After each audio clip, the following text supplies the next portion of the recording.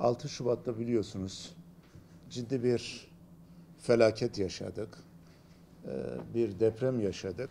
Tabii bu süreçte tekrar Malatya'yı yeniden ayağa kaldırma adına başta Sayın Cumhurbaşkanımız, bakanlarımız, milletvekillerimiz, il başkanlarımız, muhtarlarımız hepimiz el ele vererek Malatya'yı tekrar yeniden ayağa kaldırmak için uğraş veriyoruz. Hızlı ve seri bir şekilde dün bakan yardımcımızla beraber alanı gezdik. Seri bir şekilde çalışmalar devam ediyor. Bundan önce Bakan Bey'in gelişiyle de ve öncesinde de bazı mahallelerimizde rezerv alanı, kentsel dönüşüm alanları ilan edilmesi noktasında Bakan Bey ile konuşmuştuk. Buralar nereleri hepiniz de biliyorsunuz. Yenihamam Mahallesi, Dabakhane, Kavaklıbağ, İsmetiye, Niyaziye, Şıkşık, Hamidiye, Saray mahallelerinde çalışmalar önceden başlatılmıştı. Ki bazı yerlerde ihaleler yapıldı. İnşallah diğer yerlerde de ihaleler hızlı ve seri bir şekilde yapılıp buralarda kazmalar yakın zamanda vurulmuş olacak. Biz sürekli vatandaşlarımıza sizlere şunu ifade etmiştik. Gereken her mahallede çalışmalar yapmamız gerekir. Gerekli her mahallede yerinde dönüşümü, kentsel dönüşümü o bölgelerde başlatmamız gerekir diye arkadaşlarla bir çalışma yapmıştık. Dün bakan yardımcımız geldiğinde yine yapılan çalışmalara bakan yardımcımızla Vedat Bey ile teyitleşme noktasında Şehit Fevzi'de daha önce başladığımız yerde kalan kısmının dönüşüme konulması. Tabi burada dönüşüme konulan yerlerde yıkılan bina sayısı, ağır bina sayısı örnek alınarak bu işlem gerçekleştirildi.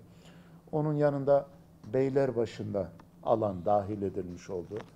Taştepe'nin büyük bir kısmı kentsel dönüşüme dahil edildi. Yolun çarşı içerisine yukarısına geldiğimizde özellikle Kırkçuval, sancakların içerisinde bulunduğu alanın bir kısmı Akpınar Mahallesi'nde ciddi bir yıkım söz konusuydu. O bölge tamamen içerisine dahil ediliyor. Sancakların bir kısmı dediğimiz gibi özellikle Cezmi Kartay diye tabir etmiş olduğumuz caddenin eğlence alanlarının da içerisinde olmuş olduğu kısım bu alana dahil edilmiş oldu. Diğer tarafta biraz daha merkezin dışına çıktığımızda Göztepe'de belli bir alan, yaklaşık 1000 konutun yapılabileceği bir alan belirlendi. Diğer tarafta Tandoğan'da yer belirlendi. Çöşnük'te alanlar belirlendi. Yıldıztepe'de alan belirlenmiş oldu. Cirikpınar daha önceki alan içerisine dahil edilmiş oldu. İstiklal Mahallemizin bir kısmı, İzzetiye Mahallemizin bir kısmını Bakan Bey'le dün uzlaşarak, tabi bu sadece bu mahallelerle sınırlı olmayacak, muhtarlarımızla yine oturacağız, konuşacağız, istişare edeceğiz. Arkadaşlarımız farklı mahallelere de gidecekler. Oradaki muhtarlarımızla istişare olacak. Çevre Şehircilik İl Müdürlüğümüzle istişare olacak. İstişare neticesinde diğer alanları bu alanlara dahil etmiş olacağız. İnşallah Malatya'mızı hep birlikte ayağa kaldıracağız diyorum. Hepinize teşekkür ediyorum.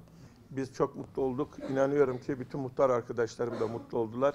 Hakikaten yaptığınız iş çok önemli, çok güzel bir iş. Yani Battal Gazi'nin tarihini değiştirecek bir olay. Tarih yazacak bunu. Buna emeği geçen siz ve ekibiniz, Sayın Bakan, Bakan Yardımcımızı da tarih yazacaktır. Güzel adamlar güzel işler yapar. Güzel işler yapanların da her zaman işi rast gider diyoruz. Allah emeklerinizi boşa çıkartmasın. Hakikaten anlattığınız, yapacağınız şeyler bizim hayallerimizin de bir tık önüne geçti. Güzel bir çalışma. Emeği geçen herkese, arkadaşlarım ve şahsım adına çok teşekkür ediyorum. 2020'de Şehit Fevzi'ye başladığımız zaman Sayın Başkanımıza şu ifade kullanılmıştı.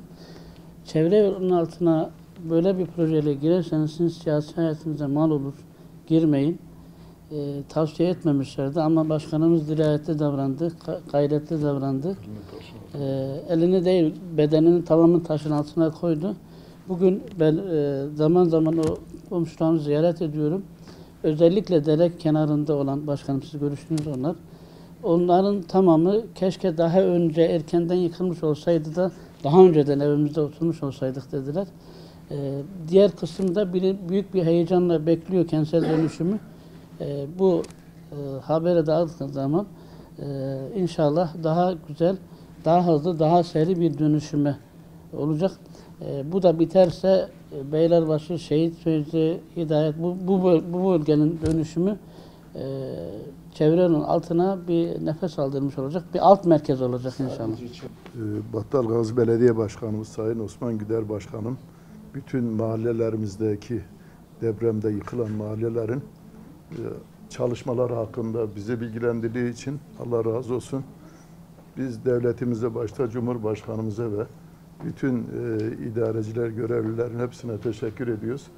Vatandaşlarımıza da biraz sabırlı olmalarını, bir işin bitmesi çabuk. Yıkılması kolaydır, yapılması biraz şeydir. İşte aceleci olmadan inşallah herkese teşekkür ederiz. Emeğe geçen herkese, başta Osman Güder Başkanımız da büyük şeyler yaptı. Taşı altına elini soktu. Bazı yerlerde yapılmayacak yerleri de. Onun için kendisine de ayrıca teşekkür ediyoruz. Sürekli sahada görev aldınız. Sadece elinizi değil, bedeninizi de bu taşın altına koydunuz. Ben buna şahidim. Gerek Erol Başkan'la depremin ilk anından itibaren başkanım binalar yıkıldı, ortada kaldık. Bu kadar vatandaşı nereye toplayacağım diye bir sistemde bulunmuştum kendisine. Sağ olsun bize destek olmuşlardı ki gerçekten ikinci depremde yıkılan binalarımız çok fazla olmuştu. Gelelim ki o günden bugüne evet büyük kayıplar verdik. Hem maddi hem manevi hem yakınlarımızı, komşu mahallelerimizle birlikte. Siz ve sizin nezdinde bütün ekibinize teşekkür ediyorum burada. Çünkü gerçekten çok çalıştınız. Az önce de söylediğim gibi Malatya şehrimizde bir eski Malatya'mız vardı. 2023 felaketinden sonra yepyeni bir Malatya olarak tekrardan Malatyalı hemşirelerimizin karşısına çıkacağız diye düşünüyoruz. Bunda sizlerin rolü çok yüksek. Mahallem ve şahsım adına sizlere ve sizlerin nezdinde tüm Battalgazi ekibine buradan teşekkür ediyorum. İyi ki varsınız.